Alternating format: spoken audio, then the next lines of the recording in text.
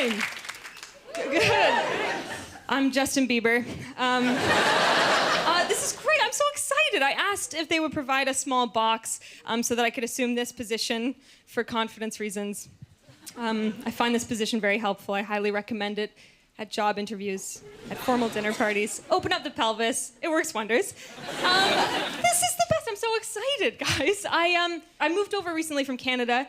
I came over in a canoe with Celine Dion she was at the helm of the canoe, just like wouldn't paddle the whole time. So annoying. And it is like this is a stressful island to live. I really admire you guys for living here. I feel like you're up against a lot. This is the most stressful place. And what pushes me to the brink of a nervous breakdown is BBC documentaries about quantum physics and quantum mechanics. Like, do you know Professor Brian Cox? That guy is my nemesis. Like, if I meet him, I will flick him in the nose. I feel like he's the worst.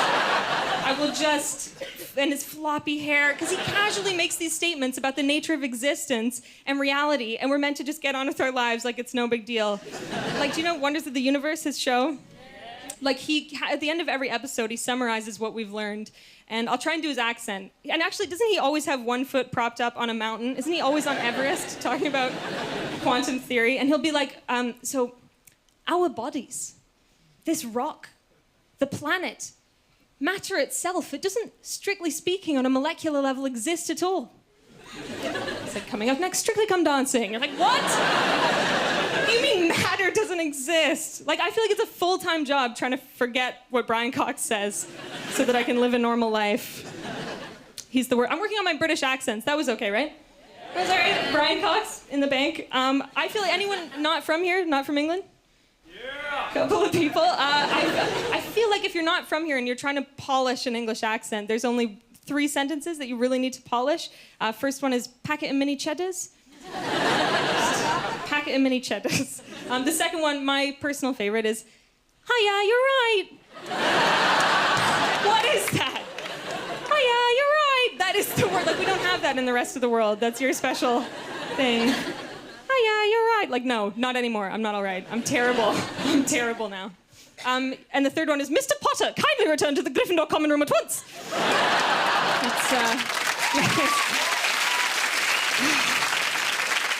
Professor McGonagall. I love Harry Potter. I love HP. Do you guys like HP? Have you ever read erotic Harry Potter fan fiction on the internet? Me neither. No, I have. There's a lot of good stuff out there. I've written a song, like a short song about erotic fiction. Are you guys up for a song? Is that cool? Okay. It'd be good if I just played Justin Bieber covers, just really seriously. Short song about my internet habits. When I die, I don't care what you do with my ashes. I don't mind if you throw my body in the sea. Just promise me, please, that somebody'll go to my apartment, smash my computer and delete my internet browser history. So my friends and family don't see how much I Google cast members of Glee and read erotic fan fiction about. It's gonna be too much information. Bellatrix and Hermione. That's it.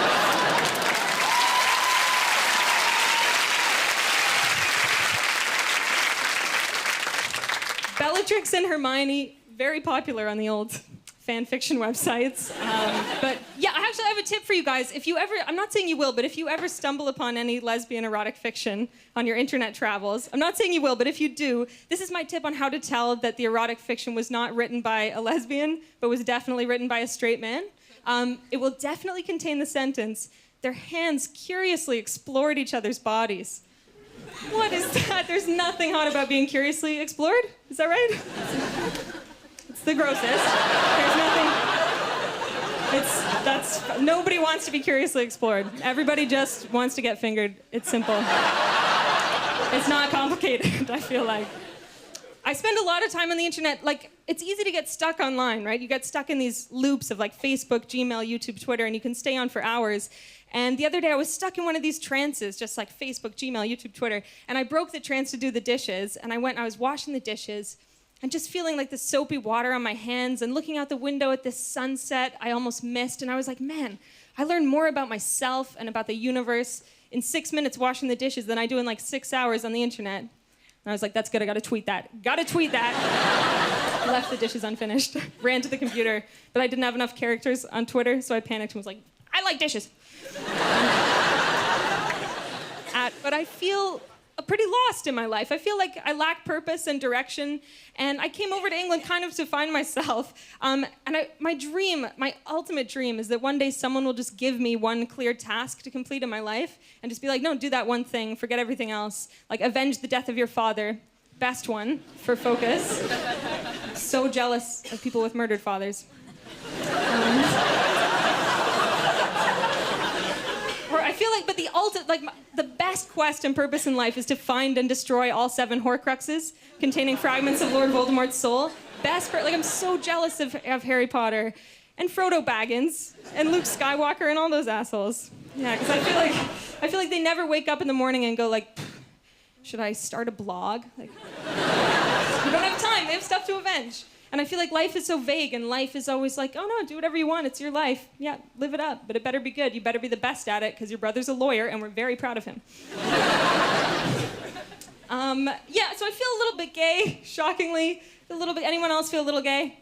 A couple of people. Yeah, I don't know why people are a little bit gay. I feel like it's like being born on a leap year. It's just like a fun, cool thing that you get to be born with. I think some people are born gay, some achieve gayness. And some have gayness thrust upon them. Maybe. But it does add to the confusion of life, I think. But I think that the gay thing is more confusing actually for straight people than it is for gay people, because for us, we just get on with it. It's just what we do. But I feel like I frequently have this exchange with my straight male friends where they're like, oh, you're a lesbian, that's awesome. I'm into that, that's cool. And they're like, but in your relationship with your girlfriend, which one of you's the man of the relation, right? Like, fair enough question, but I'm like, we're genuinely both women. That's kind of the point. That is the essence of the arrangement that we've made. And they're like, no, but which one of you represents the man? And it's like saying to a vegetarian, oh, you're a vegetarian, that's the best. Which part of this salad represents the pork chop of the salad? It's like, no, it's made of vegetables. Which vegetable wears a strap-on is what they're asking. The answer is all the vegetables. Even the long-haired vegetables sometimes wear them. That's the answer. And when they do, it's very exciting for the short-haired vegetables. And it is stressful establishing yourself socially in a new country. Like, you come over, you get off the plane, nobody knows you. And birthdays are really stressful. It's hard to know who to invite to your birthday. And I had a big birthday recently. I turned 41 recently. I'm joking. I didn't turn 41. I know I turned 25 recently, which is like a serious human age to be, right? It's a proper adult age. It's the kind of age I feel like where you should know definitively whether or not you like olives. I'm on the fence about olives. I think I like green ones and not black ones. Is that a thing? Okay, thanks, guys. Cool. But yeah, so I've written a song about birthdays. I'm going to sing a song about birthdays. Okay, how's everyone doing? Another song? Is that cool? Okay. True stories about birthdays, guys. A birthday is a special day. It comes once a year. Forget the world is ending and just be of good cheer. You wake up in the morning and your grandma calls, and you spend an hour crying because only 14 people wrote on your Facebook wall. And your ex wrote happy birthday with a lowercase b, followed by ... It's just happy birthday ... What the hell is that supposed to mean? At work, they tie a balloon to your wheelie chair. They got you a cupcake, not a real cake, and you pretend not to care. But it was Christina's birthday last week, and they did get her a real cake, and she's only a temp, so surely there's been some mistake, because a cupcake's not the same as a cake. It's only 1/5 of the size. A cupcake's not the same as a cake, but it's not a big deal. I'm just grateful that you remembered. It's the time of your life until your best friend mentions, oh my God, you must love birthdays because you love being the center of attention. Well, thank you, Stephanie. Thank you for coming. I appreciate it. You started off fresh, but now you're feeling muddled. People buying you shots like they want to get you in trouble. And Stephanie's like, is it weird for you that you're single, but like all your friends are in couples? Oh, thanks, Stephanie. Thank you so much for coming. You really know me so well. On second thoughts, make that gin and tonic a double, because it's your birthday and you're older and wiser. But don't feel sad, Even if you celebrate the same way as last year by throwing up a kebab and crying and crying and crying in the bathroom that a cupcake's not the same as a cake. It's only 1/5 of the size. A cupcake's not the same as a cake, but it's not a big deal. I'm just grateful that you remembered. Thanks,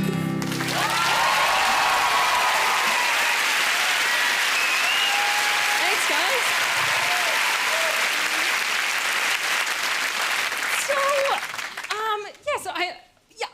As you get older, though, in life, you're meant to mellow out, right? You're meant to get less anxious and stressed out and mellow into a kind of normal human existence. But I feel like I'm getting just more wound up and more uptight.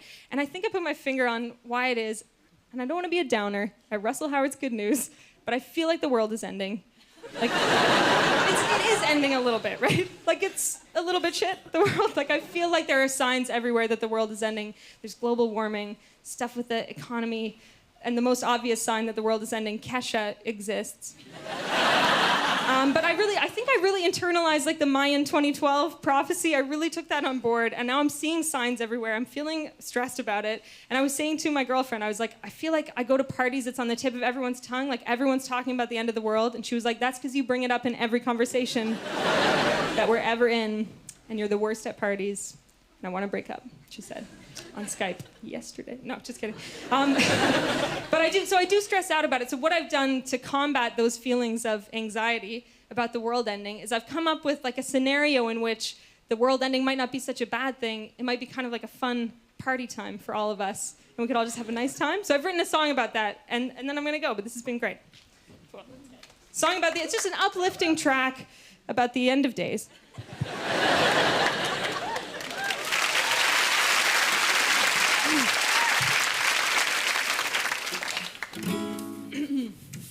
I don't think I have to go to work today.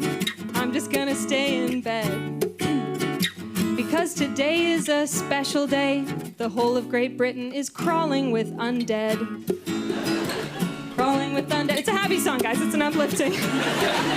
And I've seen the movies, so I know to steal a car and drive out to the woods, get away from city centers. And I don't want to brag, but I did kind of see this coming. And ever since Y2K, I've been stockpiling canned goods in my basement. Now they're coming through the windows, and zombies are surrounding my flatmate. I gotta leave that bitch behind. Just leave Janine behind and start running now. Don't wait. There's no time to hesitate. To be fair, we never really got along that well anyway because she never does the dishes. And she leaves her stuff all over the living room, and that's meant to be our shared space. So it's funny how the power dynamic flips in the midst of a zombie apocalypse. Janine needs a ride. She's knocking on my car window because she needs a lift. And I'm like, oh my God, I'm really sorry, Janine.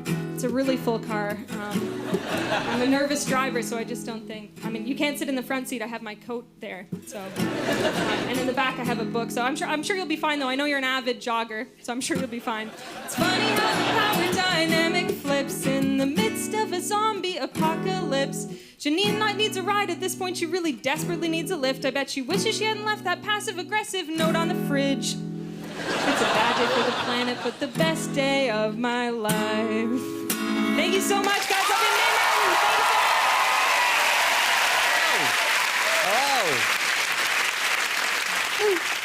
Hello. All right. My name's Ian. I'll explain my appearance when I first come up on stage. Basically, this is my face. I take it everywhere I go. I've got this face because my dad's Norwegian and my mum is in the boy band McFly. So, as you can tell from my accent, I am European. I'm from Scotland. It's cool being from Scotland, man. There's lots of negative stereotypes, but sometimes Scottish people can just blow your mind. I was recently on the Megabus. Do we know the Megabus? Yeah, it's pretty cool, but I mean, the Megabus in Scotland is kind of like heroin. Basically, if you're on it, chances are you're a junkie. That's how it works. I was on the Megabus going from Edinburgh through to Glasgow. I was having a good time on the Megabus, right? And these boys got in the back of the bus, these intimidating looking lads, right? and I judged them, but I shouldn't have done, because these guys were comedy geniuses. No word of a lie, one of the guys turns to his mates and goes, "Here, boys, here, lads, I'm not going to tell you how many women I have slept with. All I'm going to tell you is this. If I had £1 for every woman I'd slept with, I would have £8. So,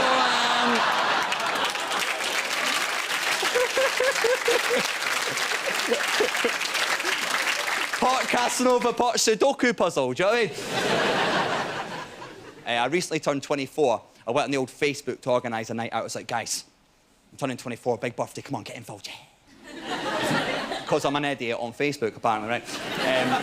No word of a lie, add me on Facebook and check this for yourself. One person liked my Facebook status. That one person was Alison Stirling, my own mother, right?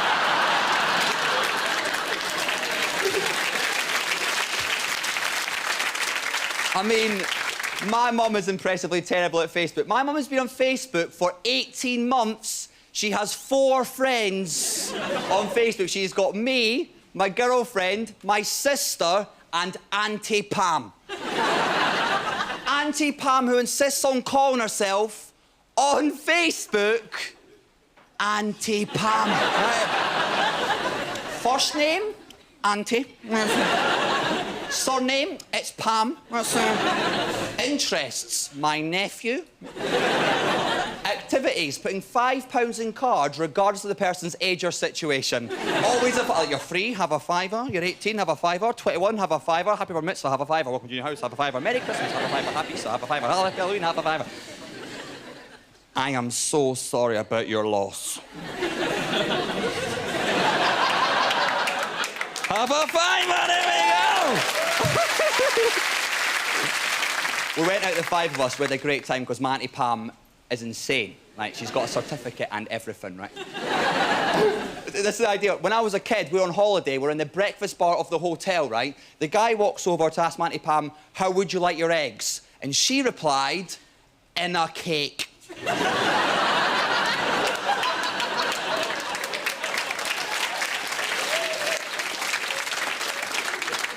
I'm quite young, but I'm old enough to remember certain things. Like, I remember the golden age of MasterChef. Some of you might remember this. Lloyd Grossman. Free kitchens. No messing about. It was amazing. Nowadays, MasterChef is the most needlessly dramatic programme in the entire world. The start of MasterChef is this. This is as tough as cooking gets. No, it's not. Clearly, you've never got home at 3 o'clock in the morning, pissed out your mind and thought, I am making a quiche, right?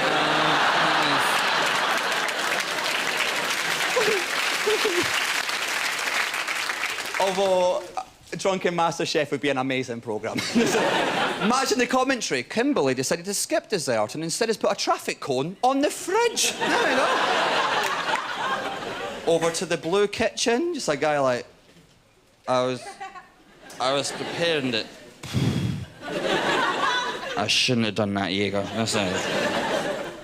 I was preparing the salad for the stir fry, and then instead, I just done a poo in the wok.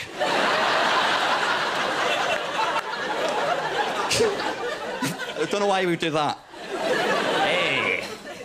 The worst programme in the world, though, is on Channel 4. It is filmed in Chester. It is known as Hollyoaks.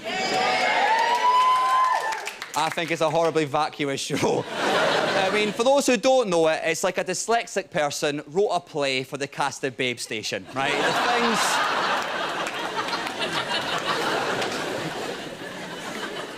I'm trying to be more mature. Like, I mean, I'm getting to that age as well where my mates have started to have kids. That's weird age. Like, if anyone here's got kids, new kids, here's a thing, right? Nobody wants to hold your child. This is a new... I don't know if any of you got this. My mates, they sort of... You know the rule, innit? They sort of give you the baby. You've got to get the baby, and you sort of go... That's a good baby. Apart from my Auntie Pam, who once got a baby, went... He looks like a prick. Just gave it back. You can't say that, it's a new baby. She went, well, someone's got to tell it, right? They say the weirdest things, though, don't they? Like, they give you the kid and they go, Iain, if you hold the baby, you will feel the love from the baby. That baby does not love you, OK? Like, I love my girlfriend, but never when she's been holding me in her arms have I shat down her legs, right? Never. Well, I mean, one time. I was drunk and making her stuff right. But the point is...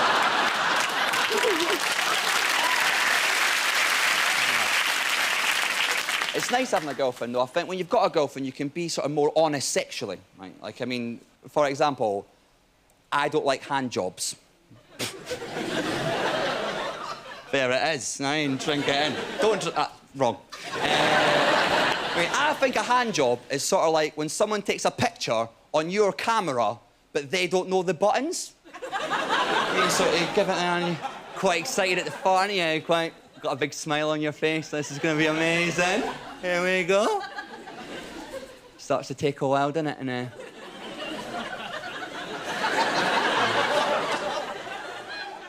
And she doesn't know what she's doing, and then eventually you've just got to go, give it here, I'll do it myself, right?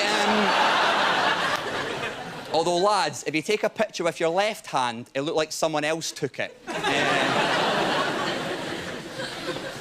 So I embarrass myself all the time, man. I was recently travelling down to London to do a gig. I was on the train, I had a few glasses of red wine, right? I need to go to the toilet, right? So I went to the... You remember in the olden days, the train doors used to be a sort of metal door on a metal hinge, and that worked. And then someone built a new train. They took a long, hard look at the train door, and they thought to themselves, oh, there's not enough jeopardy here. And they installed the plastic slidey door with the electric lock. It doesn't work, right? I walk up to the toilet door. I press the door open button. Door swings open. There was a lady there. And to use the French, she was doing a massive shit. I know what you're thinking, how do I know it was a twosies? Because obviously when a man pees, he stands up, when a man poos, he sits down. But with women, there's a whole air of mystery around the whole... The reason I knew she was doing a number two was, as the door swung open, she went to tell me to get out, but because she was mid-movement, it honestly came out as, get out!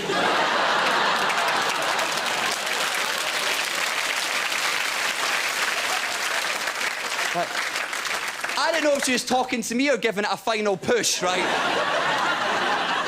She sat in the toilet, but as we all know, the door shut button's miles away. She's stretching out, trying to hoping her Jedi mind tricks or something doing that. I'm thinking, now is not the time for a high five, right? But as we all know, I'm a gentleman, you know. I'm gregarious. I'm convivial. I've recently bought a thesaurus. There's many things about me. So, what I tried to do was, I tried to lean into the toilet and hit the door shut button, right? But because of the high-tension situation, and because I'd had a few drinks, I slightly overestimated my step into the toilet, hit the door shut button, then watched in horror as the plastic door just slid shut behind me.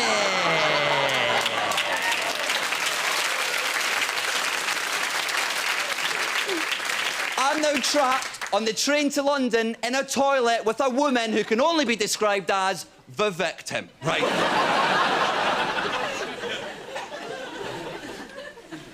There's loads of options here. I can apologise, I can make a joke, I can do... For some reason, my brain went, play it cool. I'm just like leaning back, like, what's that? All I could think to say was, you might want to be careful, love. You can meet some proper weirdos in London.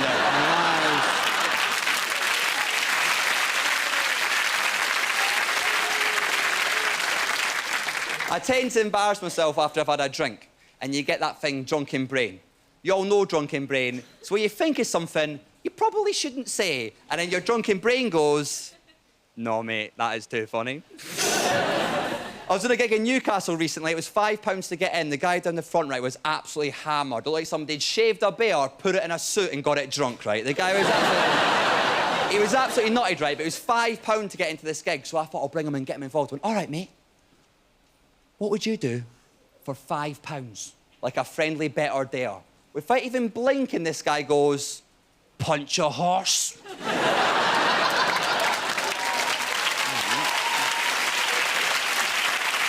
We all do it when we're drunk. We've all got that evil part in our brain that just, you know, that evil voice you sometimes get. Like, recently I was on a, you know, you're on a train platform, and there's a guy who stood in front of you on the edge of the platform. And a part of your brain goes, I reckon you could push him. The worst thing I'd done with drunken brain was I was in London. My mate had got a new girlfriend, and she was, like, really posh, you know. Like, royal posh, you know. Really bloody posh, yeah. Sounds like she can't breathe in. She's so bloody posh, yeah. She had those, posh people teeth, do you know? You know, the ones that are slightly too big for our mouth, right? I mean, hey, she's kicking that look and fair play to her. Yeah. But what happened was, me and my mates, right, were cooking a bit of dinner, a few glasses of red wine. We get a bit drunk. My mate decides to ask for relationship advice. He turns to me, bleary-eyed, he's like, Iain, mate, I think I love this woman. I want to spend the rest of my life with this woman. What can I make her for dinner? Drunkenly, I went, well, mate, whatever you make her for dinner, just remember when you're feeding her, to keep your hand flat.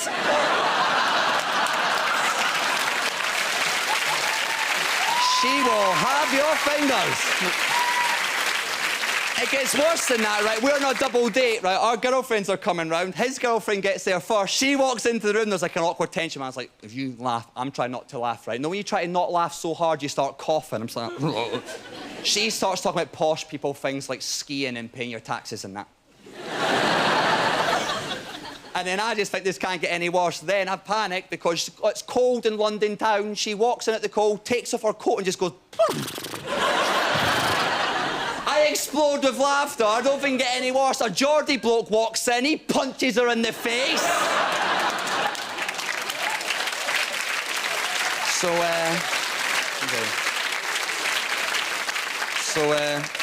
Gave him the £5. Lucky I had my Auntie Pam's 24th birthday card on me. So, ladies and gentlemen, I have been Iain Stirling. You've been an absolute pleasure. Good night. God bless. Thank you very much. Thank you. Thank you very much. Lovely to be here. It's a brilliant little, beautiful studios here in Hammersmith. I have to say, I'm not very impressed, though, by the standard of graffiti in the gents' toilet. Here, I was in there earlier, don't know if you know, one of the cubicles, 6-inch high letters in one of the cubicles. Somebody has written, suck my cock. Pathetic, childish, ignorant thing to do. There's no name, no phone number, no address, nothing. How am I meant to get in touch with you? What a waste of my valuable time. 4 hours I waited in that cubicle. Nothing. Not a dicky bird. Not a sausage. A bloke came in, I was going, is that you? Is that it? No one answered it, you know. One bloke even attempted to suck my cock, which wasn't what I wanted at all. I did see a good bit of graffiti in a pub. I was in Bristol the other day. One of the cubicles there, someone had written, I am 12 inches, do you want me? Which is quite funny on its own, but underneath that, someone else had written, that depends on how big your cock is. I was chatting up a girl in a bar the other day. It wasn't going very well, I have to say. I liked her. She wasn't really interested in me. I was annoying her, if anything. But I was persistent. As you're going to find out, ladies, if you do just hang around by the bar after the show, I'm persistent. That's all I've got. It's my superpower of dating, persistence. Try and wear them down. Hopefully get a pity fuck. I mean, is there any other kind, mate, if we're being honest? I want you to know, I didn't just pick on you because you're near the front. I had a good look around everyone. It was still you. I said, come on, I know it hasn't gone very well tonight. Give me another chance. Let me take you out for dinner. She said, you take me out for dinner? I wouldn't piss on you if you were on fire. I said, what if I wasn't on fire? I don't think we really understood homosexuality, did we, when we were at school, when we were kids? I think we knew it existed. I don't think we were really aware of what it was. I think that's a shame if you've got kids, if you're ever going to have them. Just explain this stuff to them. Be honest about it. There's nothing to be embarrassed about. I think that's where homophobia begins, through ignorance. But I think it's clear we didn't understand homosexuality as children from the sign we generally used as kids to indicate that a man was gay. It was generally that, wasn't it? That was generally the sign indicative of homosexuality, which I would say shows a fairly basic misunderstanding of the homosexual love act. I think as kids we must have imagined if two men fell in love, they'd go to a room somewhere, take off their clothes, stand facing opposite each other, approximately 1 foot apart, on average, and then just very gently bump the end of their erect penises together over and over again until achieving orgasm in maybe 3 or 4 months. It's weird because we understood heterosexual sex, didn't we, as kids? The sign we'd use as kids to indicate heterosexual sex was that. Well, now that's vaguely accurate from what I recall. I don't know why I'm asking you, but I guess if we'd understood homosexual sex, the correct sign, more accurate hand sign to indicate that a man was gay, should have been more like this, wouldn't it? Be more like...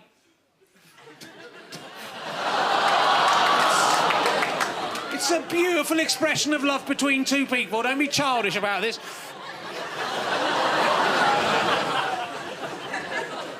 But to be honest with you, that does make homosexuality look a lot more appealing than that, doesn't it? I think, had we had the correct information, more has been willing to give that guy. I thought it was that. If I'd known it was that, I'd have tried out being gay for a couple of weeks just to see how that had panned out for me. The teacher should have come over and gone, that's not what they do, you fucking idiots. That's what they get up to. That's what they do, the lucky bastards. Not just on their birthdays. Every day of the year. That's better than a floppy old vagina, isn't it? Look again. Get some purchase on that, can you? To be honest, I don't think we really understood lesbian sex either, because the sign we used as kids to indicate that a woman was gay was generally... Which again I think shows a fairly basic misunderstanding of the lesbian love act. I think as kids we must have imagined if two women fell in love, they'd go to a room somewhere, take off their clothes, go to opposite ends of the room, then run at each other, vagina first, smashing their genitalia together, back, crashing their pudenda, crunching their beef curtains back, till achieving orgasm or breaking their pelvis, whichever came first. I guess we'd understood lesbian sex. The correct sign we should have used to indicate that a woman was gay. And if you see any kids doing this wrong, sir, do go up and correct them, OK? You won't get into any kind of trouble, don't worry. So, more accurate hand sign to indicate that a woman was gay should be more like this, more like...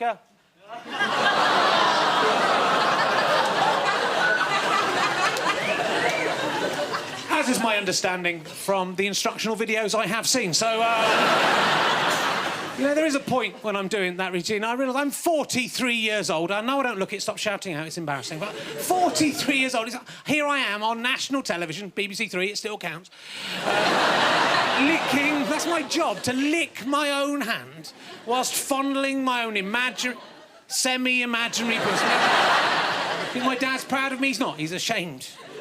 I am 43. I'm a very tragic individual. I've never been married. I've got no kids. I'm beginning to think I've wasted my life. Don't be like me, you young people. I think a lot of men my age, they maybe look at me and envy the free... I live this kind of student lifestyle, do whatever I like. I think men my age maybe envy me that. It's not as good as you think, fellas. I think when maybe you're about 17 or 18, you think it's a good idea to go out and sleep with loads of different people. I think most of us get a bit older, into our 20s. We realise it's more satisfying to be in a long-term exclusive relationship with someone we have genuine feelings for, that we cherish and love.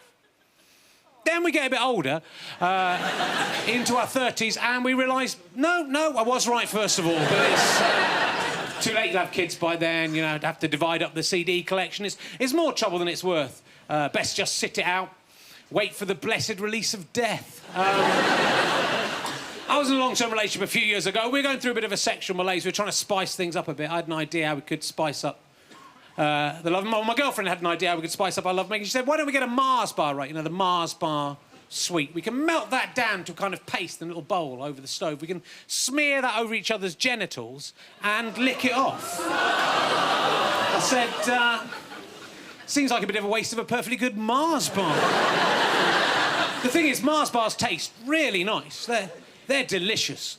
Whilst genitals, they tend to taste a bit sort of genitally, really. So, although you would improve that genital taste by smearing some Mars bar upon it, I would argue that the Mars bar taste itself would be impaired by the genitals you mentioned. The way I look at it, if Mr. Mars had wanted his Mars bars to taste of genitals, he'd have put some genitals in the recipe, wouldn't he? Like the bloke who invented scampi fries did to such great commercial success. It's the Gillian McKeith school of seasoning. So, I didn't want to do that. I had an idea how we could spice up our lovemaking. I said to her, why don't you bring your best friend to bed with us, eh? 3 in a bed, menage a trois, them lesing up. She said to me, you've got enough problems satisfying one woman at a time. What makes you think you could cope with 2? Thought she got me there, girl, thought that was clever. She was so wrong. I said, well, that is the entire beauty of the system. When I'm done, you 2 can finish each other off for me whilst I sleep.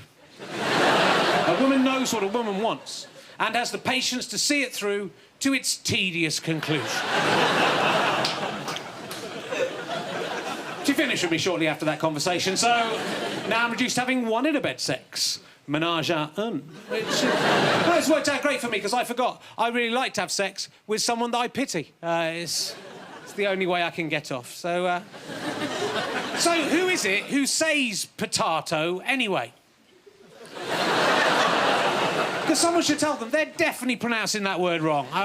You might think it's not a big deal, let's maintain the status quo. Let's call the whole thing off. No, they're saying the word potato badly and incorrectly, and someone has to tell them. You might say, oh, let them go on saying potato, you can vaguely understand what they mean. You have to think, 5 years down the line, that bloke's in a swanky restaurant about to propose to the woman he loves, a snooty waiter comes over, takes his order, he goes, oh, by the way, does that come with potatoes? The waiter's gonna snigger, the woman's gonna think I'm not marrying this bloke, he can barely speak. Go up to your potato saying friend, be a mate with a potato, go, look, mate, what do you call this? He'll go, well, that's an easy question, I'm looking forward to answering that, as I know the correct answer.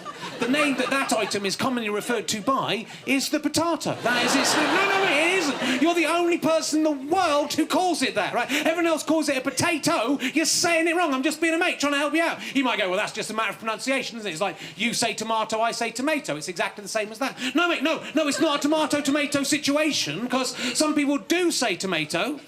They're incorrect to do that, but we can at least have an argument about it. There's a discussion to be had over the pronunciation of that word. You're the only person in the world who says potato. You mean different for different sake. I mean, I'm all for the evolution of language, but you can't just start making up your own pronunciations of words as you fancy. Willy-nilly, language will break down. No one will be able to understand each other. Where will it end? I say banana, you say banani. I say pomegranate, you say kumquat. It's got to be the same. Or language doesn't work, it's potato. The only person in the world who might conceivably say potato apart from you is Inspector Clouseau. Not the good Peter Sellers Inspector Clouseau either. The evil Steve Martin pissing on the grave of a genius Inspector Clouseau. What kind of arrogance or greed or stupidity could make a man think, yeah, I'll have a crack at Inspector Clouseau? No one's really nailed that part yet. I'd probably be the best at that. People would remember me in that. Don't make excuses for him. He's done it before. He's done it with Bilko. He should have learnt.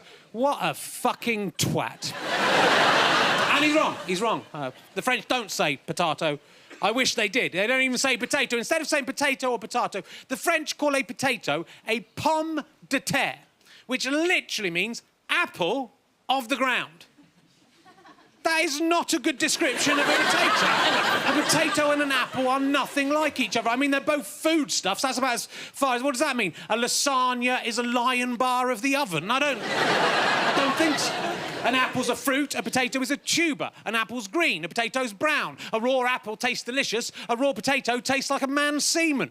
I imagine. I've never eaten a raw potato, so I think we have to satirise the French because they're wrong to call a potato an apple of the ground. That's wrong. But everyone in the English-speaking world has to do this for this to work.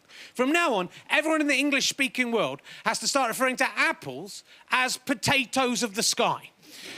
Which is factually incorrect, but I think that's a better name for apple than apple, wouldn't you? Sky potato, that would liven Genesis up a bit, wouldn't it? Do you want a sky potato, Eve?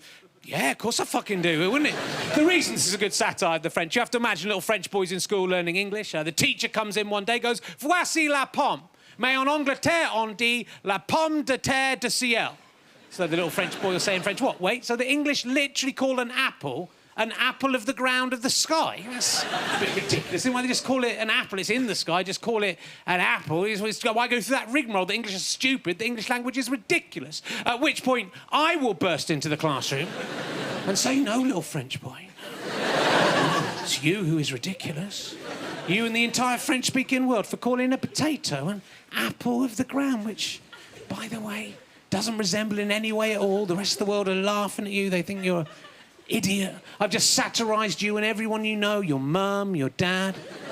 Monsieur Lucas at the boulangerie. Oh, yeah, I got him good. Made you all look like fucking idiots.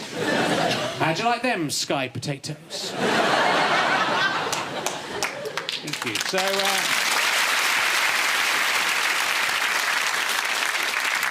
one more cock joke to end on. I've got a bona fide way of determining the length of a man's penis. You're going to be glad you came for this. There's a lot of old wives' tales about this. A lot of people say the size of a man's hands is indicative, but I've got really tiny hands, so that cannot be true. But this is for any girls looking to pull tonight, any gay men looking to pull. Let's face it, mate, any straight men by the end of the evening. If you had a sniff anywhere else. A mouth's a mouth, isn't it? But it's just true. The best way... When you're as old as me, you lot, you'll know I'm right. The best, I've got this always works, is 100% guaranteed. The best way to determine the length of a man's penis is to get him to show it to you and then measure it with a ruler. That is 100% effective. Thank you very much. It's been a pleasure. Here comes Russell Howard.